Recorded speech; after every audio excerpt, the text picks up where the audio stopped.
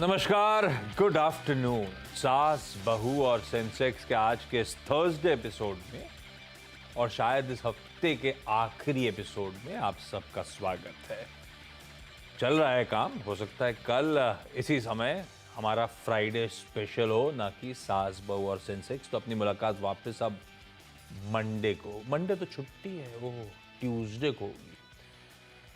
तो मदद आज करने के लिए आपको पुणे से एनएवी के आशीष बहेती साहब स्क्रीन पे रेडी नजर आएंगे। बहेती साहब, स्वागत है आपका। Good afternoon. कुछ ही देर में आपसे बातचीत की शुरुआत करता हूं। पहले वो जो कस्टमरली हम लोग दिखाते हैं कहाँ कहाँ आप रीच आउट कर सकते हैं हम तक पहुंचने के लिए, वो स्क्रीन्स पर ट्विटर या वो कहते हैं एक्स का आईडी, इंस्टाग्राम और थ्रेड का आईडी सब स्क्रीन्स पर है। और फ्लिप करके लेकर आइएगा हमारा इवन वो व्हाट्सएप नंबर।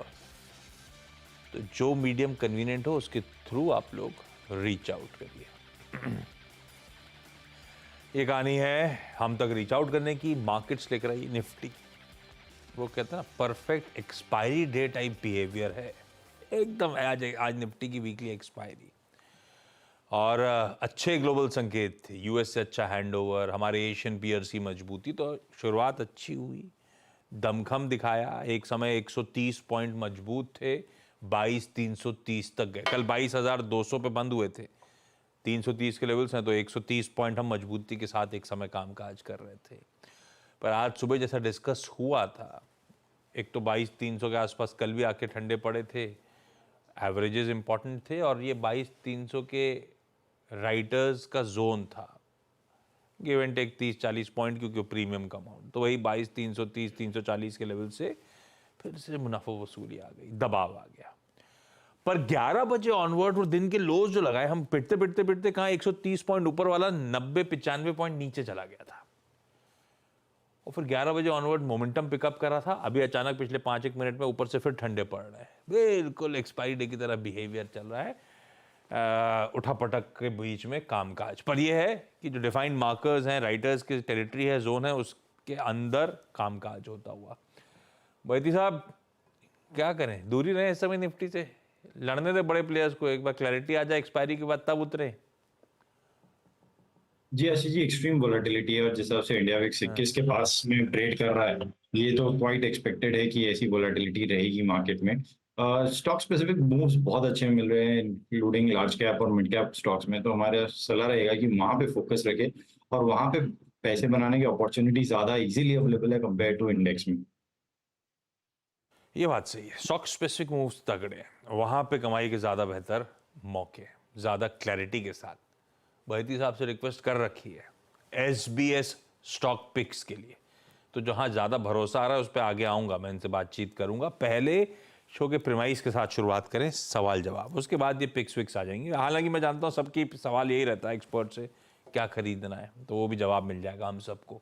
खैर, आज सूरत जाना है, वडोदरा जाना है और साथ साथ मुंबई की क्वेरी सॉल्व करनी है। पहले सूरत और विलासबेन वगड़िया स्क्रीन्स पे। Vilasben ma'am, hi, good afternoon. Good afternoon sir. कितने समय से आप शेयर बाजार से जुड़े हुए हो? 2 साल से। और कैसा रहा 2 साल का सफर? अच्छा रहा। मतलब पैसा बढ़िया आ रहा है? कैसे? अच्छा, और स्टॉक कैसे डिसाइड करते हो? अड़ोसी पड़ोसी से बातचीत करके, घर पे किसी से बातचीत करके, या खुद ही अपना डिसाइड करते हो? नहीं, बेटा। बेटा कर रहा है? हाँ। और बेटा बढ़िया कर रहा है? हाँ, 12वीं। बेटा पूरे टाइम स्टॉक मार्केट में रहता है, कुछ और भी करता है साथ में? ना, 12वीं पढ़ता है। 12वीं में पढ़ता है और स्टॉक मार्केट हाँ। में बढ़िया कमा भी रहा है? हाँ। मम्मी खुश है उससे? हाँ सर। तो फिर क्या प्रॉब्लम, फिर तो एकदम सेट है। मैम, पहला सवाल कौन सा? टाटा मोटर्स के 45 शेयर 815 पे लिया है। और बेटे को पैसे किसने दिए, मम्मी ने दिए? हाँ। अच्छा, 815 का स्टॉक तो भाई साहब 1000 के ऊपर भी गया था, अभी ठंडा पड़ गया मामला। अभी मैं YouTube लाइव से लौट के आ रहा हूं, सबसे ज्यादा सवाल इसी स्टॉक पे थे बहेती साहब, टाटा मोटर्स। ये लीजिए, विलास बहन का भी सवाल आ गया। विलास बहन, पूछू क्या, बने रहूं, मुनाफा बांधूं, ऐसा पूछू क्या? हाँ हाँ, रखे। रखें Long term। ओके भाई साहब, हाँ, रखें या मुनाफा बांध लें? 100-125 रुपए पर शेयर का प्रॉफिट हो रहा है। जी आशीष जी, एक्चुअली आंसर थोड़ा सा डिपेंडेंट रहेगा कि इनका होराइजन क्या है। अगर इनका होराइजन बिलासमैन, लंबा आप है कितनी देर रुक सकते हो? अच्छी कमाई हो रही है तो रुकोगे लंबा, ऐसा है क्या? हाँ, कोई जल्दी नहीं है पैसे की? नहीं। लीजिए भाई साहब, आपके लिए खुला मैदान है, आप बताओ आप। जी जी जी आशीष जी, सिंस इनका होराइजन लंबा है तो हमारी सलाह रहेगी रुकने के लिए, क्योंकि बहुत अच्छा चार्ट सेटअप बना हुआ था वीकली और मंथली में। जरूर पिछले नंबर्स के बाद 4 दिनों से गिरावट देखने मिली है, और चैनल पे भी काफी बार इसमें सेल कॉल्स भी आ चुके हैं। बट अब इन जोन्स पे एग्जिट करने की सलाह नहीं रहेगी, क्योंकि एक स्ट्रॉन्ग सपोर्ट जोन है, और 19 मार्च को भी इसी जोन पे एक बार सपोर्ट लेके स्टॉक में मोमेंटम अप साइड का स्विंग दिया था। तो होल्ड करें, सिर्फ जो है स्टॉप लॉस है वो 910 का एक स्ट्रिक्टली रखे। 910 के नीचे अगर ये निकलता है तो फिर इसमें से एग्जिट कर ले, अदरवाइज इसमें होल्ड रखे। हमें लग रहा है इसमें वापस 1000 प्लस के लेवल्स इन्हें देखने मिल जाएंगे। 1000 के ऊपर वापस जाएगा, आप तो होल्ड करो मैम, कोई जल्दी नहीं है, तो बने रहने का नहीं। स्टॉक से। अच्छा, वडोदरा से निशा त्रिवेदी जी। निशा मैम हाय, गुड आफ्टरनून। क्या करते हो वडोदरा में आप निशा मैम, और कब से आप शेयर मार्केट से जुड़े हो? Good afternoon sir. मैं शेयर मार्केट से शायद 7 ईयर्स से जुड़ी हुई हूँ, और छोटी थी जब पढ़ाई करती थी तब से ही मुझे बहुत इंटरेस्ट था इसमें, शेयर मार्केट में, बिकॉज मनी मेकिंग करना बहुत अच्छा लगता था मुझे। सो धीरे धीरे स्टार्टअप किया, फिर आईपीओ वगैरह में चालू किया, और अभी तो बहुत अच्छे से पता चल गया है सब शेयर मार्केट में। नहीं, मनी मेकिंग तो छोटा हो बड़ा हो बच्चा हो सबको उतना ही पसंद आता है। शेयर मार्केट लेकिन कैसे, छोटी थी तब से शौक हो गया? कोई घर पे करता था क्या? हाँ, यानी मेरे पापा पहले से करते थे। पापा के पास पहले फिजिकल सर्टिफिकेट वगैरह रिलायंस के लेकर रखे हुए थे। हाँ। फिर डिविडेंड वगैरह आया था, पर उन्होंने छोड़ दिया था। फिर मैं थोड़ा थोड़ा जानने लगी कि ये सब क्या है। 10 रुपए का ही शेयर था मेरे पापा के पास, रिलायंस के 100 शेयर थे। आहा। तो फिर मैंने सब फिजिकल में से डीमेट में कन्वर्ट करवाए ना, तब तब 1350 वैल्यू रुपए। समझ में आई उनकी।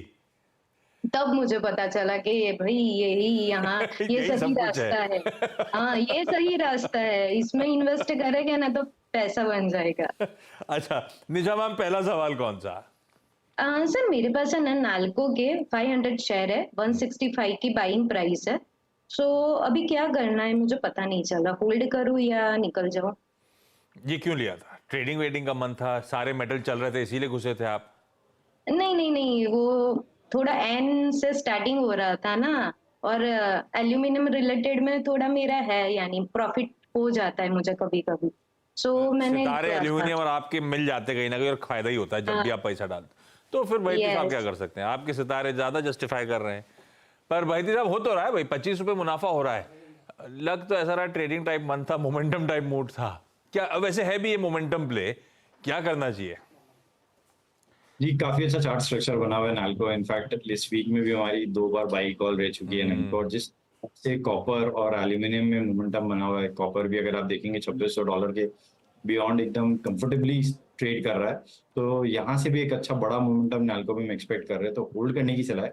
200 प्लस के लेवल्स इसमें इन्हें देखने में आराम से मिल सकते हैं। सिर्फ जो स्टॉप लॉस है वो 182 का करीब का एक एसएल मेंटेन रखे इस पे, और 200 प्लस के टारगेट्स के लिए इसे होल्ड करें।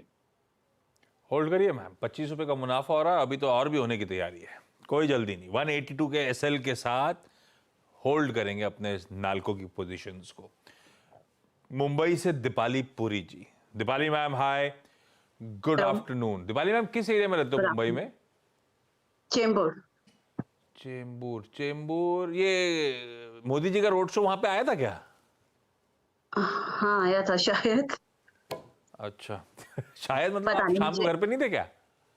नहीं एक्चुअली मैं ट्रैवलिंग कर रही थी, मैं कल ही वापस आई हूँ। Okay okay. दीपाली मैम, पहला सवाल। IRFC 153 के भाव में मैंने लिया था 627 शेयर। तो इसे मुझे रखना चाहिए, अभी लंबा होल्ड करूं, या अभी शायद 158 के आसपास ही चल रहा था। आपकी भाव के आसपास ही चल रहा है मोटा मोटी। अपन ने approx। लॉन्ग टर्म के लिए लिया था, ट्रेडिंग वेडिंग का मन था? नहीं मैंने सोचा था 1 साल तक एटलीस्ट और अभी रखूंगी। कितना टाइम हो गया लिए हुए? अभी 1 मंथ। साहब IRFC सवाल आपने सुन लिया।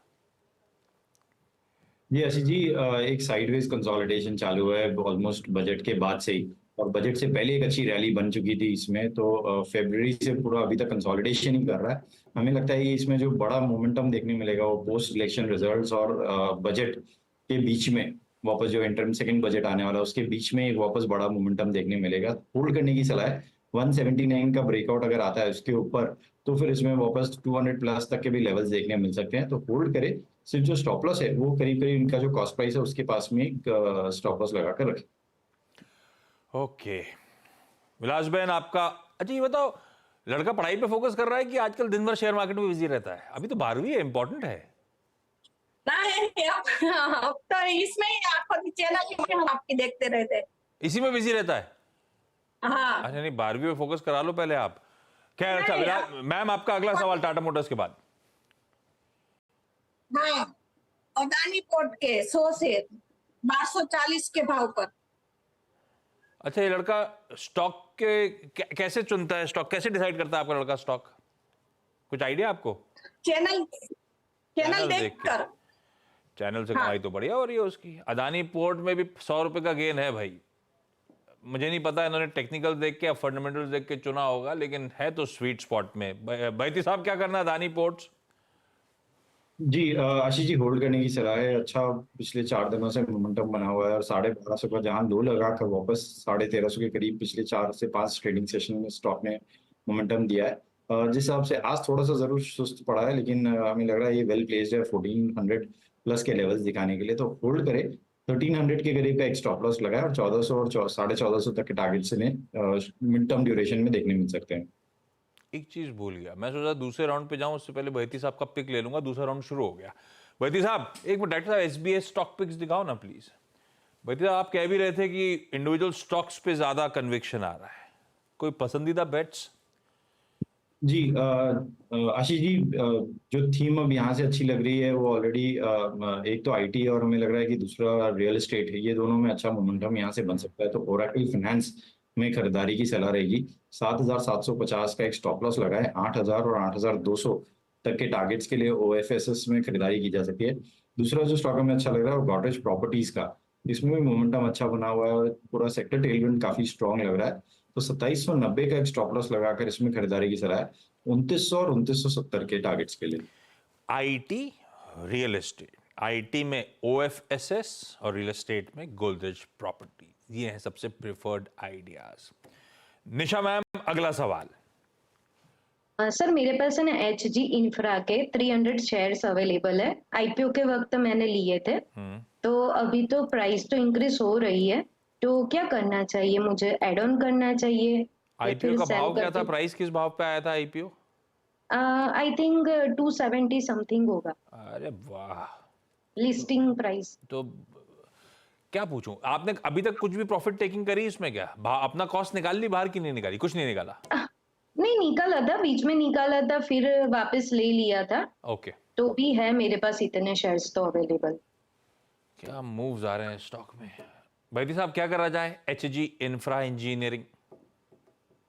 पहले तो कंग्रेचुलेशन देना चाहूंगा। 2003 की आईपीओ लिस्टिंग आई थी और वहां से इन्होंने बहुत अच्छे से होल्ड कर रखा है इस स्टॉक को, और एक अच्छा मल्टी बैगर फॉर्म हुआ है इनके लिए। स्टॉक अभी नियर टर्म में अगर मैं चार्ट में डिस्कस करूँ आशीष जी, तो एक कंसोलिडेशन चल रहा है, बट इसमें बड़ा मोमेंटम वापस ये स्टॉक वैसे ही है कि कंसोलिडेट करता है, उसके बाद एक ब्रेकआउट देकर अनदर 10 to 15% का मूव देता है।